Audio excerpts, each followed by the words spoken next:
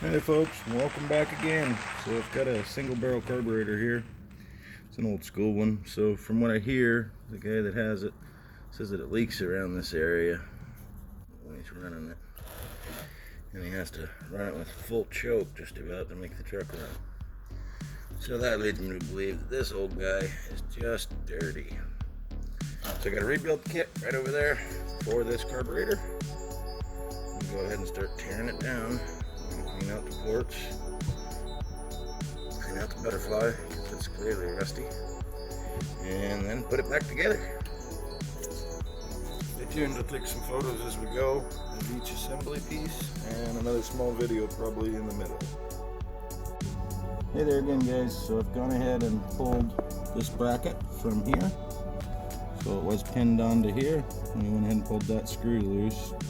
Drop that ear back, and we pulled these two screws, dropped the assembly down. Gone ahead and pulled the other screws. Make sure you put them out on a box or something in the same pattern as you're pulling them, because they will change in length and bracketry. You can see the difference between this one and that one. Don't want them get them mixed up on the way back. That's how you break stuff. We've gotten it pretty well open. I'm gonna go ahead and take a look inside. Oh, that's scary in there. Is that scary? It's scary to me. Scary to you?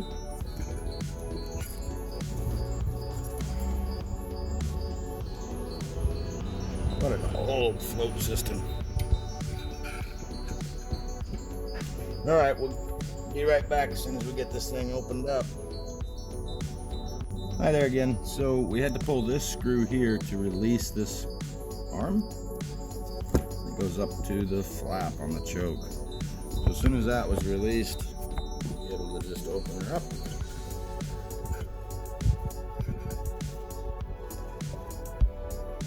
You can see the internals here. So these are some old brass floats. We'll have to soak those in some gas, make sure they're still floating properly.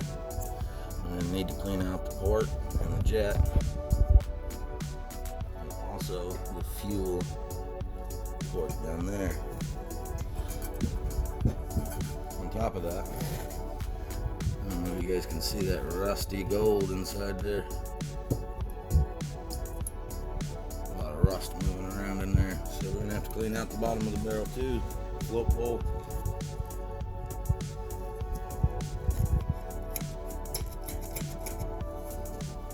See you guys in a few minutes.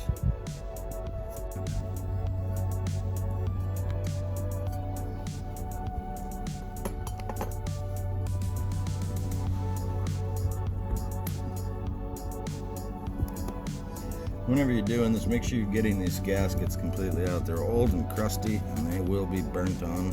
You're going to need to clean them up with a wire brush before seating your new gaskets. Or else there's no point to this. If you're letting fuel or air mix in areas of the carburetor that it's not supposed to, you're going to end up with a really crappy whatever you're using that carburetor for. So definitely make sure you're getting these seals cleaned out properly. And do your best not to scar the surface either. That will also allow air to pass by the seal.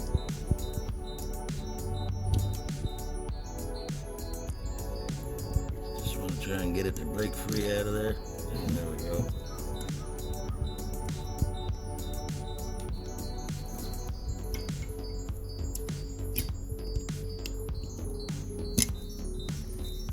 Stick our little buddy over here. We'll get in there with him.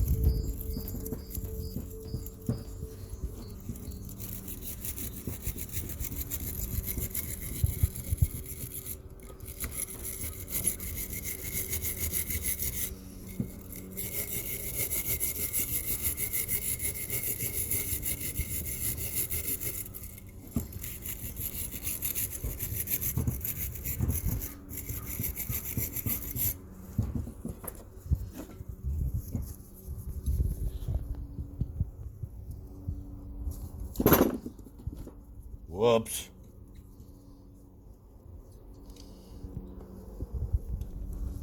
There it goes. Oh, we're getting that out of there.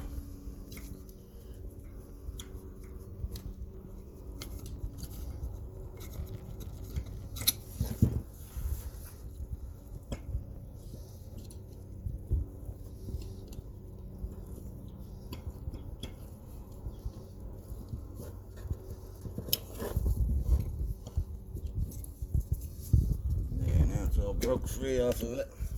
Finish cleaning it up. Make sure you're not leaving chunks inside there.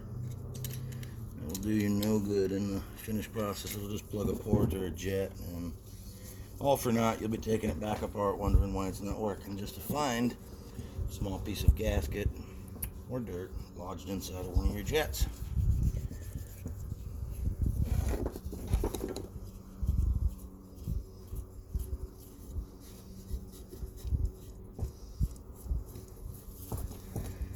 So that's a pretty good start at it. We'll finish cleaning it up a lot more before we put it back in the bike, or back together. I want to say bike from the last bike project we just did. So we're going to pull that out. That's what allows the fuel to come in and out of the carburetor when the floats drop.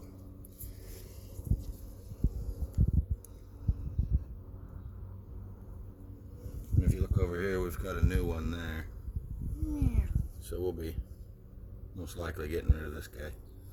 It's pretty wore. Tip's actually kind of wore.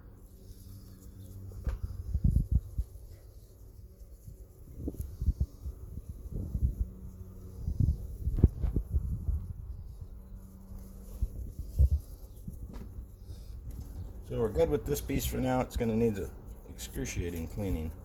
We'll probably pull the flap out of there and just clean all this out with a drill and a little wire wheel like this. Or possibly this little guy up here. Try and get in there better with it. On to getting this part started. So we soaked it all in a bit of this liquid wrench. It's almost as good as PB Breaker, but it's a little bit cheaper.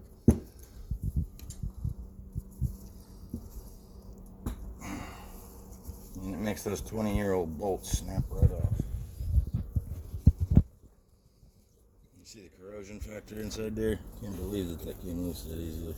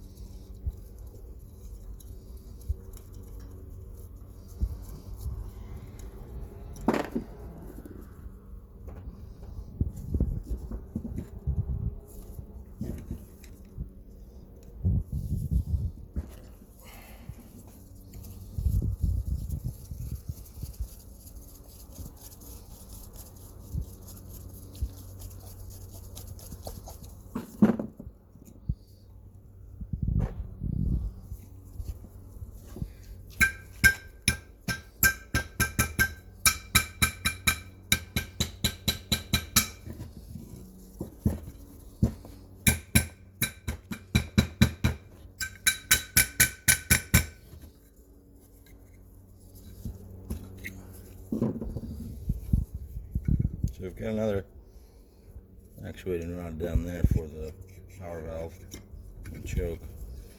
And be careful we don't lose that or bend it out of position. You can see we've got another gasket here.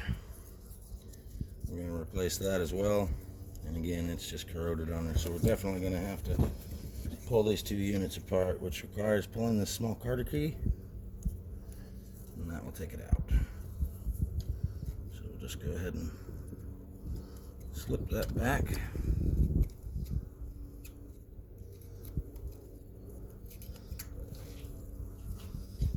Allowing it to release. Like so. And we'll push that bar back out of there. See how easy that was? You guys are sending these out to every Tom, Dick, and Harry in the world to get them rebuilt. I don't know, America. A little effort.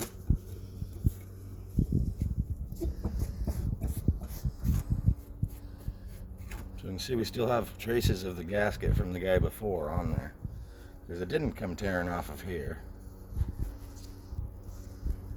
So this is improper cleaning. Make sure you get your gaskets cleaned.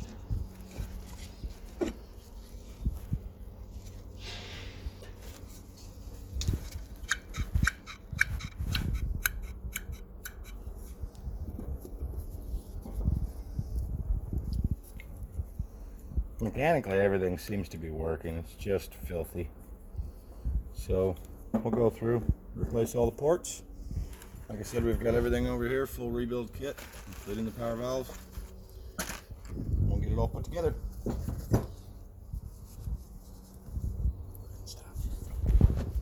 Alright, so we're going to go ahead and use this product here from Napa.